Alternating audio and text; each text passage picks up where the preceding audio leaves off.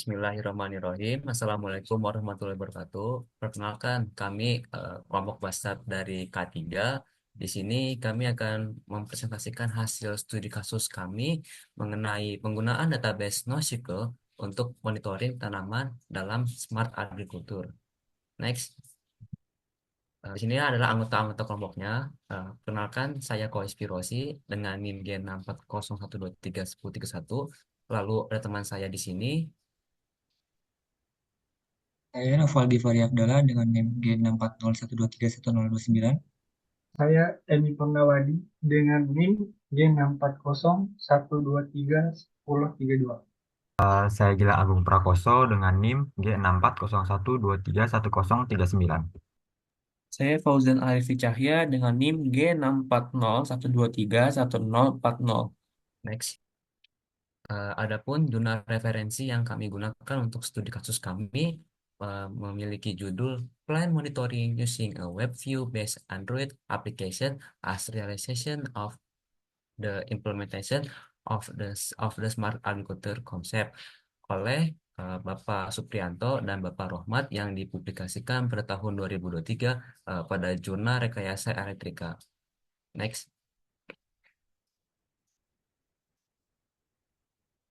Adapun latar belakang yang dipaparkan oleh penulis dalam jurnal tersebut merupakan sektor pertanian adalah salah satu pilar utama ekonomi Indonesia bersama sektor manufaktur dan perdagangan. Pertanian menyumbang besar pada PDB nasional mencapai 15% dari total PDB di tahun 2021.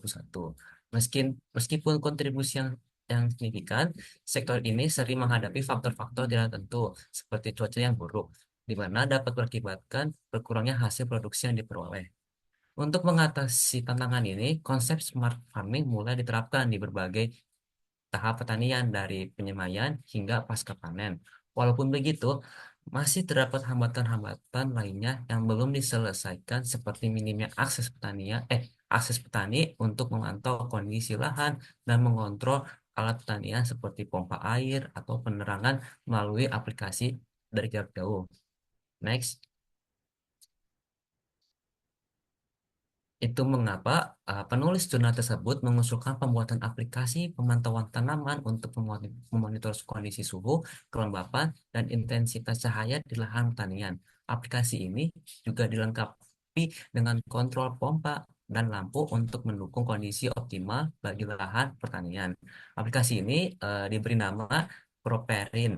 Tujuan dari pengembangan aplikasi Properin adalah untuk menyediakan aplikasi yang pertama ada yang user friendly, yang mudah digunakan dan efektif dalam monitor serta mengontrol kondisi tahan pertanian. Selain itu, aplikasi ini juga mampu memberikan informasi mengenai kondisi lahan secara real time yang membuat petani dapat mengambil keputusan yang tepat untuk mengoptimalkan lingkungan pertanian mereka. Aplikasi Properin diharapkan mampu meningkatkan produktivitas pertanian dan meminimalkan kerugian yang dapat terjadi terutama jika ada cuaca yang buruk. Next. Ya baik, saya izin melanjutkan. Di sini saya akan menjelaskan metode-metode yang digunakan oleh para penulis artikel ilmiah ini. Di sini yang pertama ada analisis, yaitu uh, para penulis mengidentifikasi masalah utama yang sering dihadapi oleh para petani. Di sini ditemukan dua masalah utama, yaitu alat monitoring terdahulu yang tidak user friendly. Artinya meskipun sudah ada monitoring dari jarak jauh, tetapi user interface-nya itu masih susah dipahami oleh para petaninya. Terus yang kedua, belum adanya aplikasi dengan kemampuan kontrol jarak jauh. Jadi pada aplikasi-aplikasi yang terdahulu itu baru hanya ada monitoring saja, belum bisa kontrolnya. Nah, di sini NoSQL digunakan karena sifatnya yang fleksibel untuk data sensor yang tidak terstruktur. Yang kedua adalah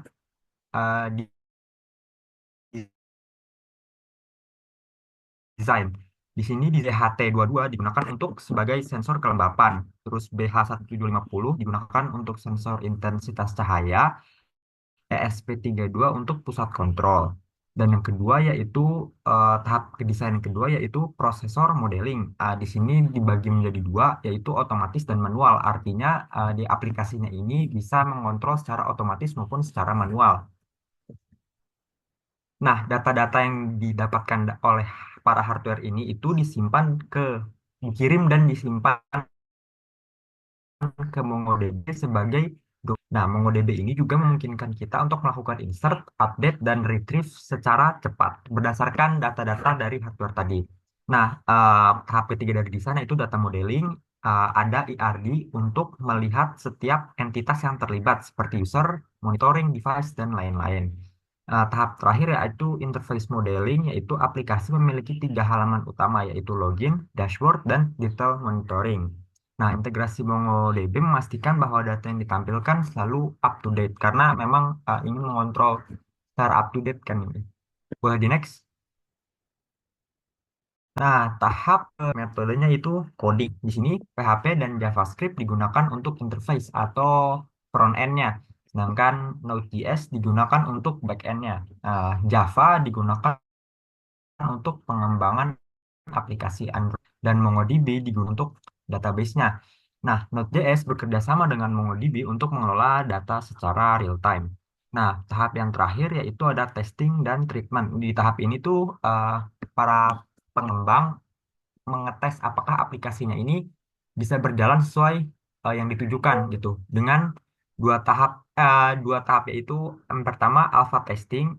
Alpha testing ini dilakukan oleh para pengembang sendiri untuk memastikan apakah aplikasinya berjalan dengan benar.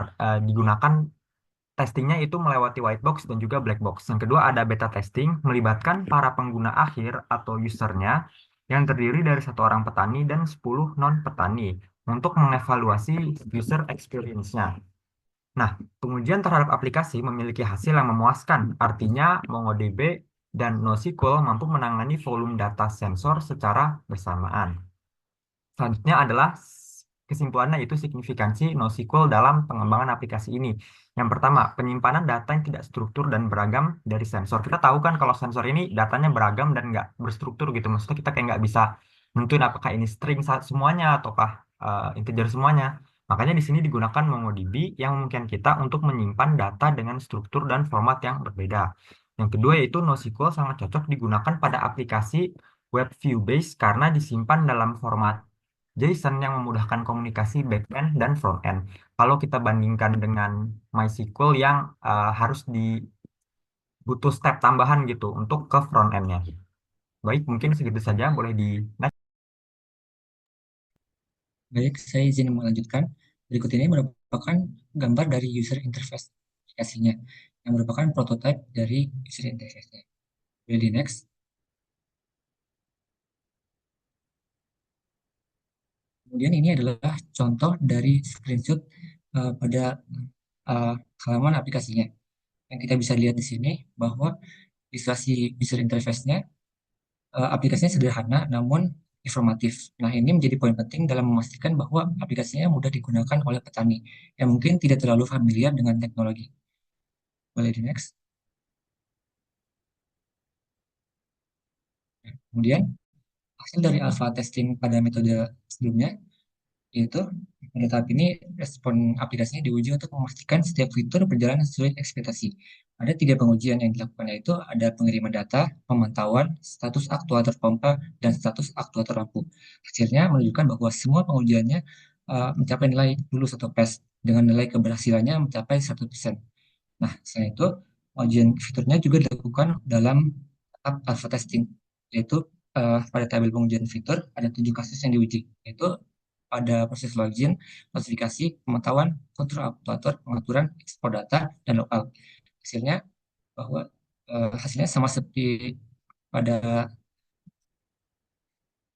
pada testing sebelumnya, yaitu mencapai ekspektasi yang diinginkan dengan tingkat keberhasilannya itu 100%. Boleh next. Nah, ini merupakan tabel-tabel dari testing-testing alpha tersebut, alpha testing tersebut. Boleh next. Kemudian berikut ini merupakan hasil beta testing atau yang diuji pengguna dan kuesionernya. Pada tahap beta testing ini, pengujian dilakukan dengan melibatkan 10 responden pengguna aplikasi untuk menguji kualitas fitur aplikasi melalui black box testing. Nah, pada pengujian ini, responden menguji seluruh fitur aplikasinya. dan hasilnya menunjukkan 100% keberhasilan fitur yang diuji. Selain itu, kuesioner juga digunakan untuk mendapatkan opini pengguna terkait desain dan efisiensi aplikasi dalam kegiatan pertanian. Dari next. Lalu bagaimana tanggapan petani terhadap aplikasinya? Nah, seperti data yang kita bisa lihat di sini, tanggapan dari aplikasi Pressfire-nya mencakup aspek desain, efisiensi, dan kemudahan penggunaan. Nah, eh, menurut tabel ini, eh, kuesionernya menunjukkan bahwa sebagian besar petani merasa puas dengan tampilan, kecepatan, dan penggunaan aplikasi ini. Aplikasi ini dinilai oleh petani sangat membantu kegiatan pertaniannya secara efektif, dengan rata-rata skor kepuasan mencapai 85,71%. Boleh next. Selanjutnya di sini saya akan menjelaskan implikasi dan kontribusi dari pengembangan aplikasi tersebut. Penelitian ini berkontribusi dengan mengembangkan aplikasi Proferin atau Smart Farming. Aplikasi ini memiliki fitur komprehensif yang memungkinkan petani untuk mengontrol perangkat pemantauan bahkan jarak jauh dan memberikan informasi berkelanjutan tentang kondisi pertanian. Menggunakan aplikasi pertanian Smart Profes, Profe- Proferin secara positif akan mempengaruhi kegiatan pertanian. Dengan aplikasi ini, petani dapat memonitor kondisi pertanian mereka secara real time dan mengambil tindakan yang diperlukan untuk meningkatkan hasil panen.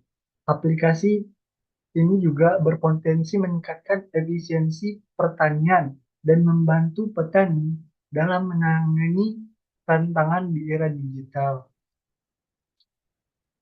Selanjutnya, aplikasi ini memanfaatkan teknologi NoSQL, khususnya MongoDB, untuk memantau kondisi lahan pertanian seperti suhu, kelembapan, dan intensitas cahaya. Kontribusi utama MongoDB sebagai basis data NoSQL adalah untuk menangani data yang lebih kompleks dan variatif yang dihasilkan dari sensor-sensor pada lahan pertanian. Dengan struktur data berbasis dokumen, MongoDB mendukung penyimpanan data yang lebih fleksibel, memudahkan pemrosesan data real-time, dan memungkinkan pemantauan serta pengontrolan jarak jauh melalui aplikasi berbasis WebView. Aplikasi dari penerapan MongoDB di aplikasi ini adalah peningkatan efisiensi dan eh, aksesibilitas dalam pertanian digital. Petani dapat memonitor kondisi lahan kapan saja dan di mana saja selama terhubung ke internet, serta dapat mengendalikan pompa atau lampu sesuai kebutuhan tanpa intervensi langsung di lapangan. Baik, saya izin melanjutkan tentang kritik dan keterbatasan artikel plan monitoring. Jadi ada 4 poin di sini. Poin pertama di mana ada eh, beberapa keterbatasan yaitu ada dalam skala pengujiannya, terutama pada skala pengujian beta, di mana skala ujian beta ini hanya terdiri dari 11 responden dan yang terdiri dari 1 orang petani dan 10 orang non petani. Jadi saran dari kami agar hasil ujiannya lebih akurat, maka pengujian dilakukan lebih secara luas, yang dimana dengan responden yang banyak, terutama pada petaninya. Lanjut ke poin kedua, yang mana tantangan koneksi internetnya, di mana petani yang di desa itu terkadang mengalami kendala dalam kondisi internetnya. Saran dari kami yaitu menggunakan offline data storage untuk menyelesaikan masalah tersebut. Pada poin ketiga yaitu pada sistem basis datanya, yaitu pada MongoDB, yaitu membuat redundansi data yang cukup tinggi. Saran dari kami, jika memungkinkan, maka gunakan SQL terlebih dahulu. Lanjut ke poin terakhir, ya, di mana terdapat keterbatasan analisis dampak aplikasinya, terutama pada dampak positifnya. Jadi misalnya contohnya kayak petani dapat meningkatkan panen sebesar 20% dan lain sebagainya. Saran dari kami mungkin bisa diberikan data dampak aplikasinya secara informatif. Oke, bisa next. Eh, baik, sekian dari kami. Mungkin sebagai penutup, ada pertanyaan yaitu menurut kalian, apakah sistem basis data MongoDB pada artikel plan monitoring ini sudah tepat? dan apakah SQL bisa dipakai dalam aplikasi plan monitoring pada artikel ini. Sekian dari kami, biar ada kekurangannya mohon maaf. Wassalamualaikum warahmatullahi wabarakatuh.